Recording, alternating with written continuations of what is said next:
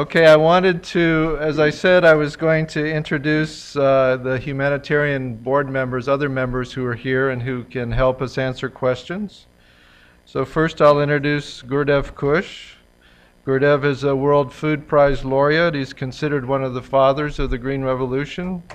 And for many years, he was head of breeding at the International Rice Research Institute. I'd also like to introduce Rob Russell, who's currently the president of the American Society of Nutrition. He's a professor of medicine and a professor of nutrition at Tufts University. He's also a senior scientist and director of the USDA Human Nutrition Research Center at Tufts University. So he'll field all the difficult nutrition questions. My name is Vida, and I'm working with IFPRI. And this is indeed good news because I'm from one of the countries where this project is ongoing. So I have a couple of questions, and they may be very simple for you, but I'm just putting my shoes on my countrymen. So for instance, do you expect that the rice will taste differently? I mean, in your work now, have you tasted them? And you mentioned that it will, eating the rice, for instance, the amount that you showed, will provide at least 50% per day. So if I eat more rice, because I eat rice 3 times a day, maybe 1 cup each time, will I get more if I eat more? And then since this process involved genetic modification, do you expect any negative impacts? I remember during the early 2000 when they introduced the GM crops, all the presentation have the positive and also the negative aspects, so I didn't see any negative aspects that you're expecting. And finally, do you expect, because you integrated the vitamin A rice to the popular varieties because they're high yielding and acceptable to farmers, do you expect that there will be a chance that the rice yield will decrease? Thank you very much. Okay, thank you. Other questions in the back? Yeah. You bring the microphone. Oh, there we go. Thank you. My name is Paul Toro, and I work for the Department of Agriculture, although I'm not in an official capacity, but as a concerned citizen. I also have a ranch and a farm in Bolivia and South America. My question is kind of a two-part question. At first, it was said that 40 grams would provide about 40% of the vitamin A needed. And then later on, I saw that about 150 grams were going to provide 50%. So if you can clarify that portion, please. The second part of the question is, are there any plans for studies conducted in South America? I mean, we talked about Southeast Asia, but I didn't hear anything about the other side of the world where they have the same kind of problems. Thank you. Okay, Dana, you got a mic here, right here, in front row. I don't think I need. Well, we want everybody else to hear. Dana Dalrymple, retired from USDA and USAID. I was involved on CGR matters when this project was initiated, and have followed it pretty well since then. And I've always had the impression that it was a pretty highly structured study from the start, sort of uniquely so for a product or for a kind of analysis that hadn't been carried out before. But I was kind of interested to see if you encountered many surprises along the way.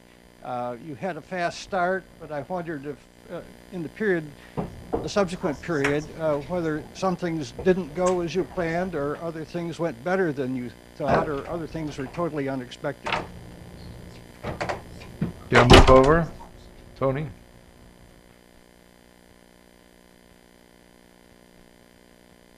Tony Cavalieri, IFPRI.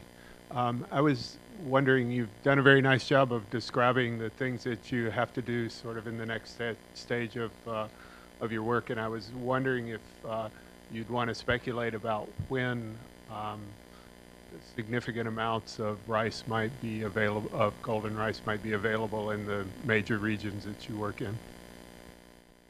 Thank you.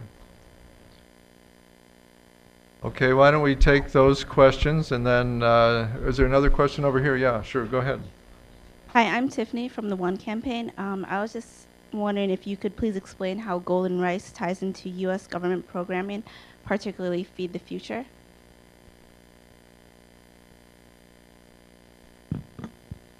Okay, Rachelle. We'll take Rachelle's question, then we'll ask the panel. I'm Rachelle Pandialoch at IFPRI. I want to follow up partly on Dana's question and take advantage of Dr. Kush's presence here, because I was curious, from the Green Revolution days to today, are there lessons from the Green Revolution days that can be applied to speed up the uptake of golden rice? And are there questions that you have from the golden rice, in terms of some of the learning from Green Revolution days or HIV days that would be relevant or not relevant anymore today? I mean, it seems like the speed has slowed down a lot in recent years. What can we do to speed up the transmission? Thank you. First, let me field the one of the questions about there was a number saying that 40 grams provided 40% of the estimated average requirement. That's one bar. That's lower than the recommended daily allowance. The estimated average requirement is where 50% of the population are adequate and 50% are not adequate. The RDA is 2 standard deviations to the right of the EAR. So it's just it's a higher number, so you need more rice to reach that higher number. So just having said that, I'll call on Peter first to address whichever questions you want to, and then we'll go to Adrian and Gerard. Oh, you have to press, yeah. I think I'll just take the first one, which is on taste, and I have a good example for this one, which is carrot. Carrot, as you may or may not know, is a mutant that appeared in 1640 in Holland. It was then developed further to the honor of the royalty in that country, which is the House of Orange.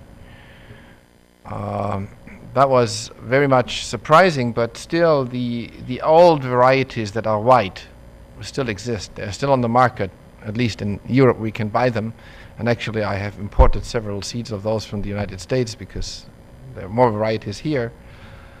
And if you would go and taste them, with your eyes closed, you would not taste any difference. So beta-carotene derivative carotenoids don't have any noticeable taste at all.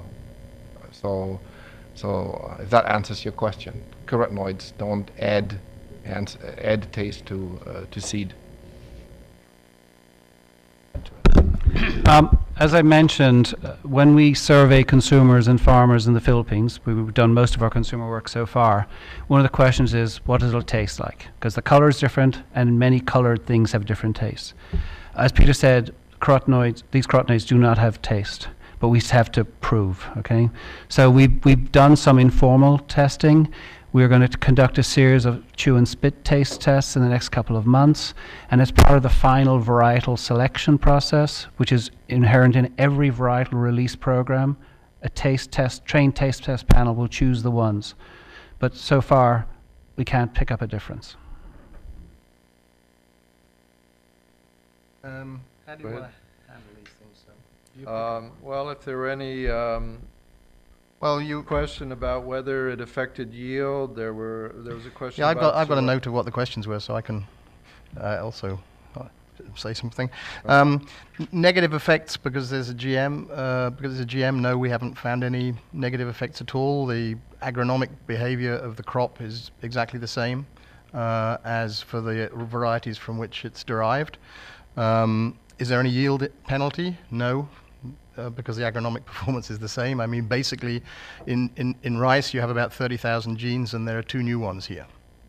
And actually, they're already present in the rice. They're just not active in the white part of the rice that you eat. So we've added genes from maize and from a common soil bacterium.